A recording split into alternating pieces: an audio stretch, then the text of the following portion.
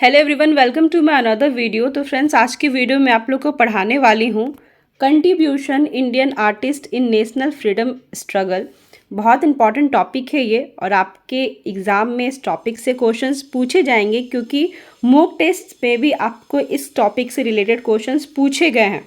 तो जान लीजिए कि ये टॉपिक बहुत इंपॉर्टेंट है। इस टॉपिक में आपको पढ़ना है कि किस तरीके से इंडियन आर्टिस्ट ने नेशनल फ्रीडम के लिए अपना योगदान दिया था। उस दौरान किस तरह की पेंटिंग बनी थी, कौन कौन आर्टिस्ट ने अपना योगदान दिया था। तो आर्टिस्ट के बारे में पढ़ना है, उनकी पेंटिंग्स में बारे में पढ़ना है। और साथ ही बता दूं कि इस टॉपिक को पढ़ाने के बाद आपके सिलेबस का जो यूनिट 3 है वो पूरी तरह कंप्लीट हो जाएगा। यूनिट 3 में मैंने टोटल 3 वीडियोस बनाए हैं। जो पहला वीडियोस था उसमें पेंटिंग और आर्टिस्ट को लेके है। सेकेंड वीडियोस जो था वो था फ्लैग को लेके, और थर्ड वीडियोस जो है वो आज का वीडियो है। तो यूनिट 3 जो है आज के वीडियो के साथ साथ कंप्लीट हो जाएगा, और इसके प्रीवियस वीडियो मैंने यूनिट 2 भी कंप्लीट कर रखा है। तो ये दोनों यूनिट मैंने कंप्लीट कर रखा है, आप ज़रूर से ज़रूर पढ़ लें। ईजिली आपको प्लेलिस्ट में ये दोनों यूनिट आराम से मिल जाएंगे। NCERT करके एक प्लेलिस्ट मैंने बना रखा है, उसको आप क्लिक करेंगे तो सिर्फ NCERT से रिलेटेड जितने भी टॉपिक्स है उसी से रिलेटेड आपको वीडियोज़ मिलेंगे। तो फिर चलिए इस टॉपिक को स्टार्ट करते हैं।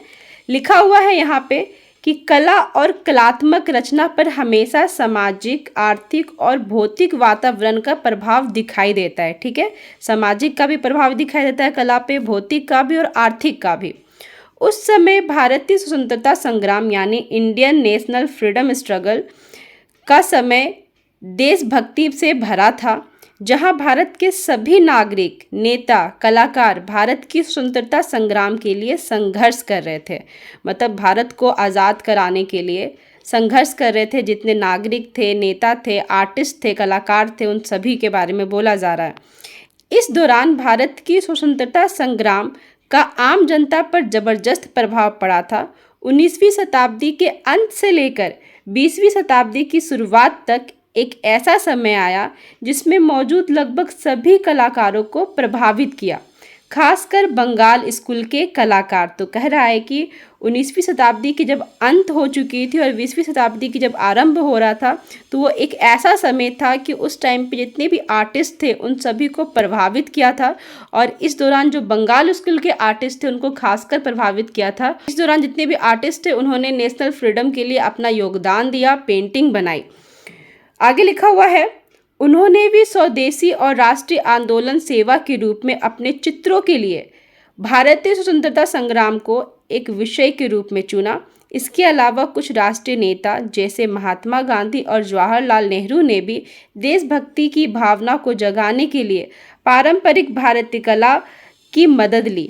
इन राष्ट्रीय नेताओं ने इन कलाकारों की बढ़ती लोकप्रियता और ईमानदारी को काफ़ी हद तक समझा और उनका उत्साह बढ़ाया। भारत के कलाकार जो आक्रमणकारी थे उनके हाथों काफ़ी नुकसान हुआ। पहले मुगलों ने भारतीय शास्त्रीय कला को बदनाम किया, उसके बाद अंग्रेजों ने भी भारतीय लघु चित्रों के साथ यही किया। कहा जा रहा है कि पहले जब मुगल शासन था तो मुगलों ने भी भारतीय कला को सराहा नहीं, ठीक है, और बदनाम किया उस कला को। उसके बाद अंग्रेज़ों का भी वही हाल था, अंग्रेज़ों ने भी शासन किया सिर्फ भारत पे, और वहाँ की जितनी भी कलाकृति थी उसको बढ़ावा नहीं दिया। तो यही चीज़ बताया जा रहा है इसमें। उन्होंने हर उस चीज़ का मजाक उड़ाया जिसके लिए भारत जाना जाता था। अंग्रेज़ जो जितने भी अंग्रेज़ थे वो हर उस चीज़ का मजाक उड़ाया उन्होंने, हर उस चीज़ को उन्होंने दबाने की कोशिश की जिसके लिए भारत जाना जाता था। वहाँ के नागरिकों को धार्मिक कला की महत्व को हीन महसूस कराया। वहाँ के जितने भी नागरिक थे उनके कला को उन्हीं के प्रति हीन महसूस करवाया गया। यहाँ तक कि पढ़े लिखे भारतीय युवा भी पश्चिमी संस्कृति मतलब वेस्टर्न आर्ट के शिकार होने लगे। और फिर क्या होने लगा धीरे धीरे कि जितने भी इंडियन आर्टिस्ट थे, इंडियन जितने भी लोग थे, वो धीरे धीरे वेस्टर्न कल्चर के शिकार होने लगे, वेस्टर्न कल्चर को अपनाने लगे, और भारत में ज़्यादा पश्चिमी संस्कृति को महत्व दिया जाने लगा। और फिर धीरे धीरे एक ऐसा समय आने लगा कि वेस्टर्न कल्चर को सबसे ज़्यादा इम्पॉर्टेंट दिया जाने लगा अकॉर्डिंग टू इंडियन कल्चर। उसके बाद लिखा हुआ है, इसी समय बंगाल स्कूल का जन्म हुआ जिसने भारतीय पहचान के रूप में अहम भूमिका निभाई और स्वतंत्रता आंदोलन यानी फ्रीडम मूवमेंट में भी योगदान दिया। इस प्रयास में अवनींद्रनाथ ने कला में भारतीय राष्ट्रवादी मूल्यों के प्रति प्रमुख भूमिका निभाई और वे बंगाल के Indian society of oriental art के संस्थापक बने। ठीक है, ये पूछ सकता है कि Indian society of oriental art के संस्थापक कौन है, तो आपको लिखना होगा अवनींद्रनाथ टैगोर। उसके बाद लिखा हुआ है इस समय कई कलाकार ने भारत माता का चित्रण किया, जिसमें सबसे पहले अवनींद्रनाथ टैगोर ने उसका चित्र बनाया। इस दौरान ना भारत माता का बहुत सारा चित्र बना, अलग अलग आर्टिस्टों ने बनाया, लेकिन सबसे पहले अवनींद्रनाथ टैगोर ने इसका चित्र बनाया है। और ये चित्र के बारे में आपको पढ़ना है। लिखा है कि ये चित्र उनके राष्ट्रीय दृष्टिकोण के साथ साथ आदर्श भारत के महान विचारों का परिणाम है। तो अब पढ़ते हैं उनके पेंटिंग के बारे में। यहाँ पे देखिए लिखा हुआ है अवनींद्रनाथ टैगोर और भारत माता उनकी पेंटिंग। तो उनकी पेंटिंग के बारे में पढ़ेंगे हम। अवनींद्रनाथ की भारत माता पेंटिंग कुछ हद तक आने वाले भारत की रोटी कपड़ा और मकान के प्रतिवर्तक थी। मतलब इस पेंटिंग में जो है रोटी कपड़ा और मकान को लेके बनाया गया है, एक गरीबी को दिखाया गया है भारत माता के रूप में। यह बढ़ती स्वदेशी भावना और बंगाल के विभाजन के खिलाफ जनता के हंगामे पर उनका जवाब था। इस चित्र में उन्होंने हिंदू देवी देवताओं के रूप में 4 हाथों वाली नारी का चित्रण किया। ठीक है, इस पेंटिंग में जो भारत माता दिखाया गया उसमें टोटल 4 हाथ दिखाए गए और चारों हाथों में कुछ ना कुछ भारत माता ने उसे पकड़ रखा है, जो कि हमारे डेली लाइफ के लिए ज़रूरी है, जो कि एक देवी के रूप में है और राष्ट्रीय परंपरागत विचार को ध्यान में रखते हुए भारत की जो राष्ट्रीय आकांक्षा है उसका प्रतीक है। यह चित्र लघु आकार में बनाई गई है। मतलब ये जो पेंटिंग है वो मिनिएचर पेंटिंग है। इसमें एक बंगाली किसान औरत को सिर से लेके पांव तक भगवा रंग के वस्त्र में दिखाया गया है। मतलब इसमें जो स्त्री को बनाया गया है भारत माता को, उन्होंने सर से लेके पांव तक गेरू रंग या फिर भगवा रंग भी कह सकते हैं का वस्त्र पहनी हुई है, जिसने अपने चारों हाथों में अलग अलग वस्तुएं पकड़ी हुई है। पहले हाथ में कपड़ा, दूसरे हाथ में किताब, तीसरे हाथ में माला और चौथे हाथ में फसल या अनाज को पकड़े हुए चित्रण किया गया है। लास्ट में मैं इसका फोटो भी दिखाऊंगी, अभी मैं इसके बारे में पढ़ रही हूँ सिर्फ। जो लोगों की बुनियादी आर्थिक ज़रूरतों को भी पूरा करने की आवश्यकता का प्रतीक है।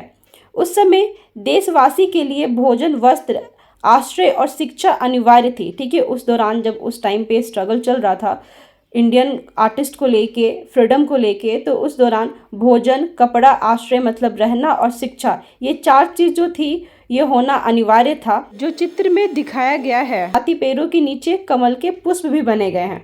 साथ ही लिखा हुआ है कि अवनींद्रनाथ ने इस पेंटिंग को बनाने के लिए बंकिम चंद्र चटर्जी की भारत कविता वंदे मातरम की कल्पना है। यानी ये वंदे मातरम जो बंकिम चंद्र चटर्जी ने लिखी है उसी की एक कल्पना है पेंटिंग। उनके तीसरे हाथ में माला यह संकेत देती है कि वो मुक्ति के लिए संघर्ष कर रही है। साथ ही आध्यात्मिकता की परंपरा को एक बड़े धागे के रूप में बांध के रखा जाना चाहिए और अतीत से लेकर वर्तमान तक जोड़ा जाता है। तो आइए जानते हैं इस पेंटिंग के बारे में कि इस पेंटिंग दिखती कैसी है। तो फ्रेंड्स देख सकते हैं ये है भारत माता की पेंटिंग। ठीक है, सर से लेके जो पाँव तक है गेरू रंग का वस्त्र पहनी हुई है या भगवा कलर भी कह सकते हैं। उसमें 4 हाथ दिखाए गए, टोटल 1 2 3 4। एक हाथ में कपड़ा है, एक हाथ में माला है, एक हाथ में किताब है, तो एक हाथ में फसल है या फिर अनाज है। ठीक है, पैर के नीचे कमल के फूल दिखाए गए हैं, आगे हल्का सा पानी भी दिखाया गया है, पीछे जो है उनका एक आभा मंडल दिखाया गया चेहरे के पीछे। ठीक है, और बैकग्राउंड का कलर जो है वो येलो दिखाया गया है। तो ये पूरा पेंटिंग बोला जा रहा है और ये जो 4 चीज़ें दिखाई गई, एक गरीब इंसान की जो नीड होती है उस चीज़ को लेके बनाया गया है ये पेंटिंग। अब पढ़ते हैं दूसरी पेंटिंग अमृता शेरगिल द्वारा बनाई गई है भारत माता। ठीक है, तो अमृता शेरगिल ने भी भारत माता की पेंटिंग बनाई है। लिखा है अमृता शेरगिल ने भी भारत माता का चित्रण किया, जो कि एक रियलिस्टिक पेंटिंग थी। ये पेंटिंग इस तरीके से बनी थी कि रियलिस्टिक इसका नाम दिया गया, रियलिस्टिक पेंटिंग बोला गया। उन्होंने भारत माता को एक गरीब महिला के रूप में चित्रण किया है, जिसकी गोद में एक लड़का और बगल में उसकी बेटी का चित्रण किया गया है। इस चित्र में उसका विषय है जो ग्रामीण भारत की गरीबी है। तब ग्रामीण भारत की जो गरीबी है उस चीज़ को अमृता शेरगिल ने इस पेंटिंग में दिखाया है। तो चलिए जानते कि ये पेंटिंग दिखती कैसी है। तो ये रही वो पेंटिंग। बीच में जो लेडीज़ दिखाई गई वो भारत माता को इंडिकेट किया गया, एक गरीब महिला जिसके गोद में एक लड़का है और बगल में एक लड़की बैठी हुई है, यही बताया गया इस पेंटिंग में। अब नेक्स्ट बात करते हैं पूर्णा घोष। इन्होंने भी भारत माता का पेंटिंग बनाया है। लिखा हुआ है इन्होंने द्विजेंद्रलाल रॉय के गीत के आधार पर भारत माता का चित्रण किया है, जिन्होंने अपनी मातृभूमि को जननी के रूप में चित्रण किया है, जिसका उदय एक नीले समुद्र से होता हुआ दिखाया गया है। ठीक है। एंड नेक्स्ट बढ़ते हैं नंदलाल बोस के बारे में। तो नंदलाल बोस के बारे में लिखा हुआ है, नंदलाल बोस ने भारतीय राष्ट्रीय आंदोलन और भारतीय राष्ट्रीय कांग्रेस में बहुत बड़ा योगदान दिया। उन्होंने राष्ट्रीय नेताओं और स्वराज्य आंदोलन के चित्रों को चित्रित किया। उन्होंने लखनऊ, फैजपुर, हरिपुरा और कई अन्य जगहों पर कांग्रेस के पंडाल को बनाया। ठीक है। नमक पर ब्रिटिश टैक्स का विरोध करने के लिए 1930 में महात्मा गांधी की गिरफ्तारी के अवसर पर मार्क चिन्ह करने के लिए नंदलाल बोस ने सफ़ेद से काले लिनो कट पर चित्रण किया, जिसमें गांधी को कर्मचारी के साथ चलते हुए दिखाया। ठीक है, जो कि नॉन वायलेंस मूवमेंट की एक आइकॉनिक इमेज बनी। बाद में धन की कमी होने के कारण नंदलाल बोस ने बांस, फूस, लकड़ी और ईंट आदि सामग्री का उपयोग कर कांग्रेस के पंडाल को बनाया। मतलब कहा जा रहा है कि पंडाल बनाने के लिए बाद में धीरे धीरे जब पैसे की कमी होने लगी तो पंडाल बनाने के लिए उन्होंने नेचर से रिलेटेड वस्तुओं का यूज़ किया, जैसे फूस हो गया, ठीक है, बांस हो गया, लकड़ी हो गया, ईख हो गया। तो इन सभी चीज़ों का हमें जो ये प्राकृतिक सारी चीज़ें जो इजीली मिल जाएगी, तो इन सभी चीज़ों का यूज़ करके उन्होंने पंडाल बनाया। उन्होंने इस कार्य में सहायता के लिए विनोद बिहारी मुखर्जी, प्रभात मोहन बंदोपाध्याय, विनायक मोसाजी और अजीत कुमार हल्दर को लिया। आने वाले कई वर्षों में नंदलाल बोस द्वारा साधारण लोकल मटेरियल का इस्तेमाल यंग डिज़ाइनर के लिए मॉडल बन गया। तो कहा जा रहा है कि जो नंदलाल बोस ने पंडाल बनाने के लिए बाद में जो लोकल मटेरियल, पर्यावरण, जो भी चीज़ें यूज़ कर रहे थे, तो वो चीज़ें आने वाले जो डिज़ाइनर है, ठीक है, उनके लिए एक रोल मॉडल बन गया कि लाइक हम इन सभी चीज़ों से भी यूज़ करके हम पंडाल बना सकते हैं, चीज़ें, क्रिएटिव चीज़ें कर सकते हैं। उसके बाद लिखा हुआ है, हरिपुर में नंदलाल बोस ने इस चित्र को पर्यावरण कला का एक बहुत अच्छा उदाहरण बना दिया। ठीक है, इसमें द्वार, ठीक है, जो गेट होता है, स्थान, प्रदर्शनी, छोटी दुकानें, फूस का आश्रय यानी फूस से बनाए गए घर, आवास टेंट भी बांस और आदि लोकल मटेरियल से ही सजाए गए थे, जो कि एक सुंदर वातावरण प्रदान करता है। फिर लिखा है कि हरिपुरा पोस्टर में शिकारी, संगीतकार, बढ़ई, भूसा महिला, पशुपालन, बच्चे पालन, खाना पकाना सहित ग्रामीण जीवन की मामूली दृश्य को अच्छे से बनाया गया है। तो ये हो गया नंदलाल बोस के बारे में। अब पढ़ते हैं गगनेंद्र नाथ टैगोर के बारे में। लिखा हुआ है, गगनेंद्र नाथ टैगोर ने जलियांवाला हत्याकांड पर पंजाब में शांति की एक घोषणा पर कैरिकेचर बनाया, जिसमें अंग्रेजों के प्रति इंडिया की क्रूर हत्या और गरिमा पर प्रकाश डाला। उन्होंने पॉलिटिक्स एक्टिविटी को अच्छे से ऑब्जर्व किया और जल्द ही बंगाल स्कूल के तरीके को अपनाया और कैरिकेचर न्यूज़पेपर में पब्लिश हुए। और लिखा हुआ है कि अजंता एलोरा बाग में गुफाओं की डॉक्यूमेंट्री के लिए जाने जाने वाले असीत कुमार हल्दर ने प्राचीन कला को व्यापक जनता तक पहुंचाने का कार्य किया।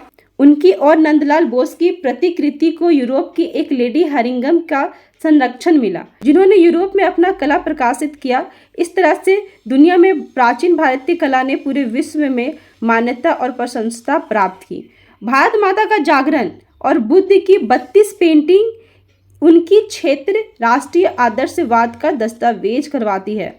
नंदलाल बोस और रविंद्रनाथ टैगोर की तरह विनोद बिहारी मुखर्जी, M.A.R. चगुतई, विवेश्वर सेन, देवी प्रसाद राय चौधरी जैसे कलाकार ने स्वतंत्रता के युग के लिए कई चित्र बनाए। ब्रिटिश सरकार के दौरान सोशल अशांति पर चित्रण की अजंता को अपने लक्ष्य की ओर जाने के लिए जागृत किया।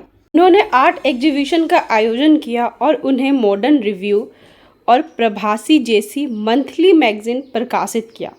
तो इसी के साथ ये टॉपिक समाप्त होता है। तो आई होप कि आपको आज का वीडियो पसंद आया होगा। तो प्लीज़ कमेंट सेक्शन में बताइएगा वीडियो कैसा लगा। और चैनल पर नए हैं गाइस तो प्लीज़ चैनल को सब्सक्राइब कर दीजिएगा, बेल आइकन को क्लिक कर लीजिए। साथ ही आप अपने इंस्टा पे भी फॉलो कर सकते हैं। मिलती हूँ आपसे नेक्स्ट वीडियो में। अपना ख्याल रखें। नमस्ते and thank you for watching.